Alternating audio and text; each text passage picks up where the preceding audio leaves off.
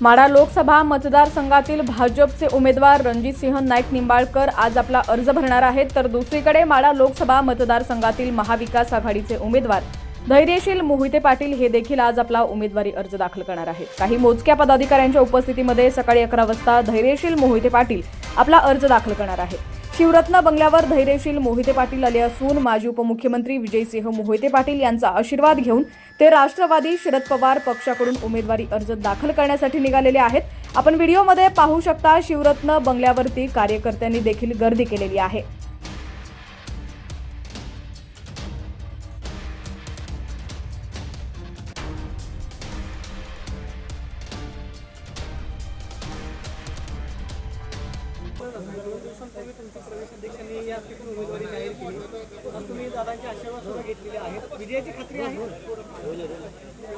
जनतेच्या विश्वासावर मला 100% खात्री आहे विजयाची।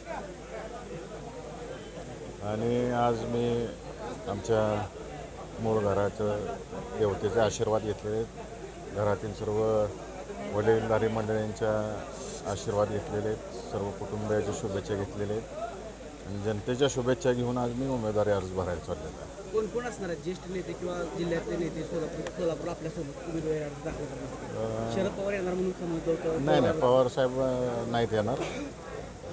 आज आम्ही भरायला छोट्या प्रमाणावर चाललेलं आहे, कारण का कलेक्टरांनी निवडणूक निर्णय अधिकाऱ्यांनी फक्त 10 लोकांना परवानगी दिलेली आहे आणि तेवढीच लोक आज जाणार आहे आणि आम्ही उमेदवारासहित 10 जण आहेत, तेवढेच जाणार आहे आणि भरणार आहे। आणि मतदारसंघातले जे प्रमुख लोक आहेत आम्हाला समर्थन करत आहेत, त्यातलं संख्येचं रेस्ट्रिक्शन आचारसंहितेचं असल्यामुळे ठराविक लोक जात जाऊन हे करणार आहे। विरोधकांचं मोठं शक्ती प्रदर्शन त्या ठिकाणी होते असं सांगितलं? नाही, आम्ही शक्ती प्रदर्शन वगैरे काय करणार नाही।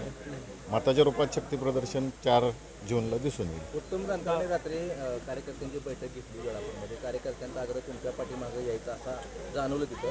19 तारखेला निर्णय त्यांचा काय अपेक्षित आहे आपल्याला?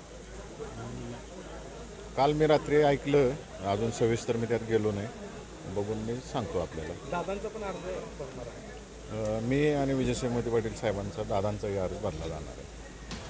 लोकसभा 2024 तसंच राजकीय घडामोडी पाहण्यासाठी HPN मराठी न्यूज चॅनलला सबस्क्राईब करा आणि बेल आयकॉनवर क्लिक करून नोटिफिकेशन्स मिळवा, जेणेकरून आमचे अपडेट्स लवकरात लवकर तुमच्यापर्यंत पोहोचतील।